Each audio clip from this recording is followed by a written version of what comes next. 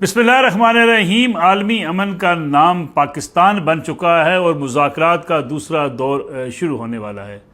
America और Iran एक बार फिर मेज़ पर बैठेंगे और कोई ना कोई हल निकालने की कोशिश की जाएगी, जिसके लिए पाकिस्तान मुसलसल कोशां है और पाकिस्तान तमाम ममालिक को एतमाद में ले रहा है।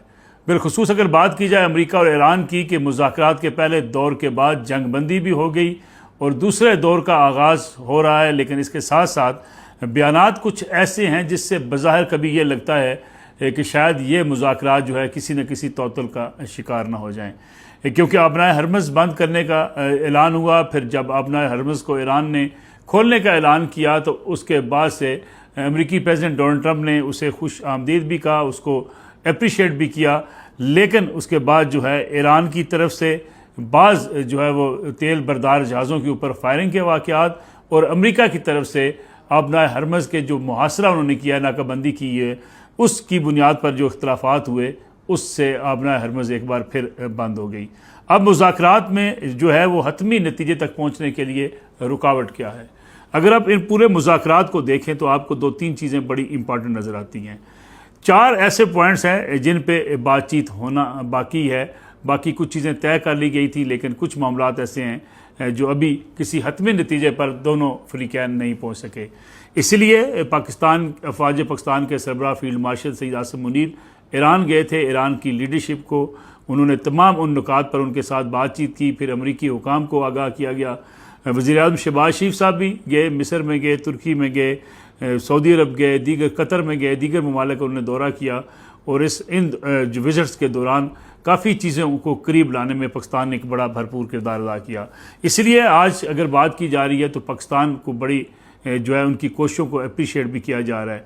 मुज़ाकरात के पहले दौर में जो कुछ हुआ उसकी कुछ तफसीलात कौमी असम्बली के स्पीकर एयाज सादिक साहब ने जो है आश्कार कर दी हैं। उन्होंने कहा कि बड़ा मुश्किल था और ये किसी मौजज़े से कम नहीं था कि अमेरिका और ईरान को एक टेबल पर ला बिठाया जाए, क्योंकि मुज़ाकरात के दौरान बाज़ वक़्त गर्मा गर्मी हो जाती थी और 6 बार वक्फा करना पड़ा।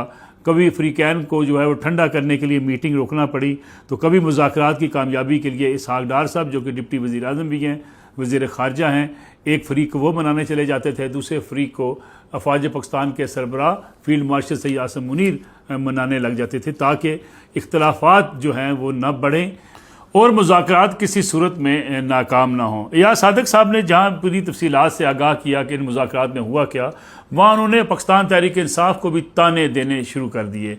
उन्होंने कहा कि एक लीडर ऐसा भी आया था जो ये कहता था कि मैं भारत पर हमला कर दूँ, और ये भी कहता था कि हमारे टैंकों में तेल नहीं है। अब टैंकों में तेल भी है और लड़ने की जुर्रत भी है। हम पाकिस्तान की बात करते हैं तो वो कहते हैं कि हमारी लीडर की आंख का ऑपरेशन करवाएं।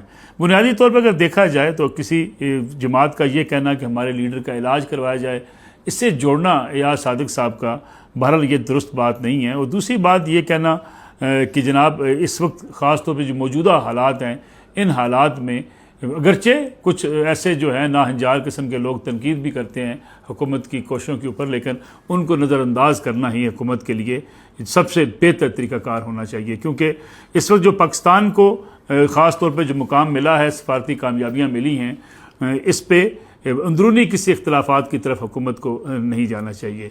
मुज़ाकरात में अब रुकावट क्या होगी, इसकी तरफ आते हैं। मुज़ाकरात में 4 चीज़ें ज़ेर बहस हैं जिनको अब फाइनलाइज़ होना है। एक तो ये है कि आबनाए हरमज़ के हवाले से जो है वहाँ से जो भी जहाज़ गुजरेंगे उसके बाद अमेरिका उसका कोई नाकाबंदी नहीं करेगा, बल्कि ईरान के जहाज़ भी वहाँ से गुजरेंगे।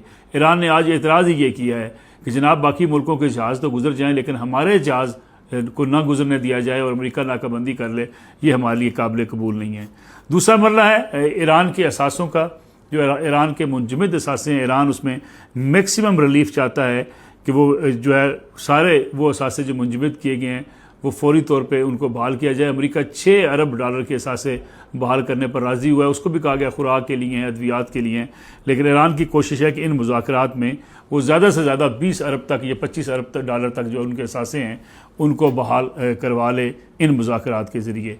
तीसरा मरला है वो लिबनान और इन पूरे इलाकों में जंगबंदी के हवाले से, जिस पे ईरान का मौक़िफ़ ये है कि जब तक मुस्तकिल तौर पे लिबनान में हमले बंद नहीं किए जाते, मुज़ाकरात हतमी शक्ल जो है उनके सामने नहीं आ सकती।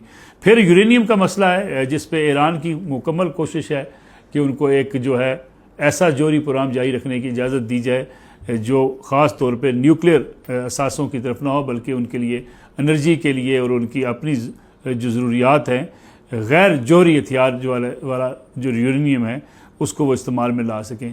अब ये वो नुकात हैं जिस पे ईरान का अपना दबाव है, अमेरिका अपना दबाव डालना चाहता है और पाकिस्तान की मुकम्मल कोशिश है कि कोई ऐसा दरमियानी रास्ता निकले जिसके नतीजे में इस्लामाबाद रिकॉर्ड जल्द सामने आ सके।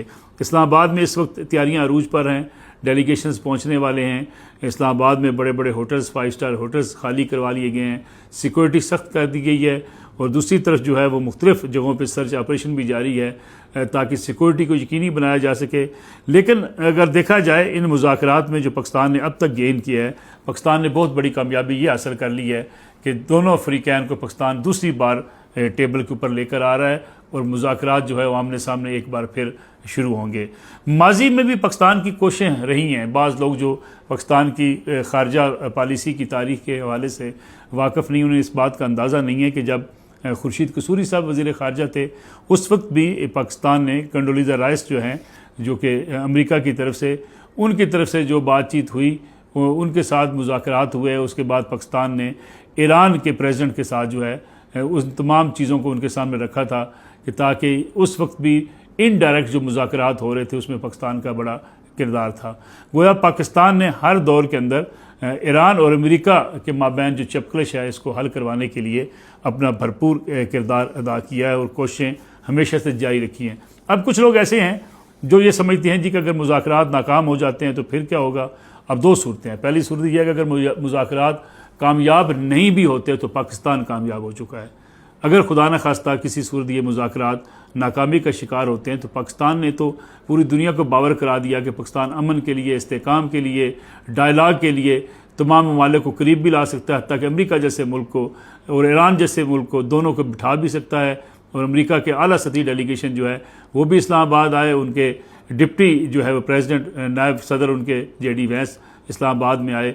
फिर ये भी ऐलान हुआ कि अगर मुज़ाकरात फाइनल हो जाते हैं तो अमेरिकी प्रेसिडेंट डोनाल्ड ट्रंप भी आ सकते हैं, ईरानी प्रेसिडेंट भी आ सकते हैं।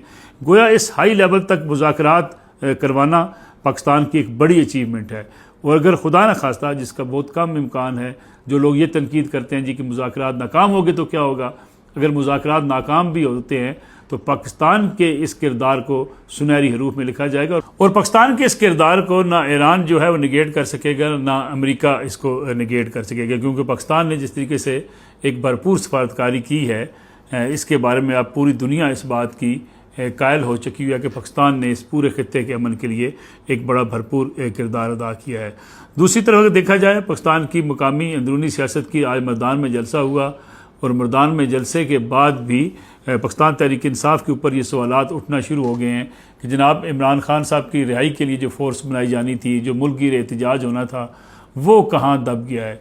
लेकिन कुछ लोग ये समझते हैं कि इस वक्त हुकूमत को इतनी पजीराई मिली है कि पाकिस्तान तहरीक इंसाफ की कोई भी तहरीक जो है वो इर्रेलिवेंट हो चुकी है। और इन हालात में तहरीक इंसाफ की लीडरशिप भी समझती है कि अगर हुकूमत के ख़िलाफ़ वो निकलते हैं तो उसका उन्हें कोई फ़ायदा हासिल नहीं होगा। गोया हुकूमत इन मुज़ाकराती अमल का मुकामी सतह पर भी फ़ायदा उठाने में काफ़ी हद तक कामयाब हुई है।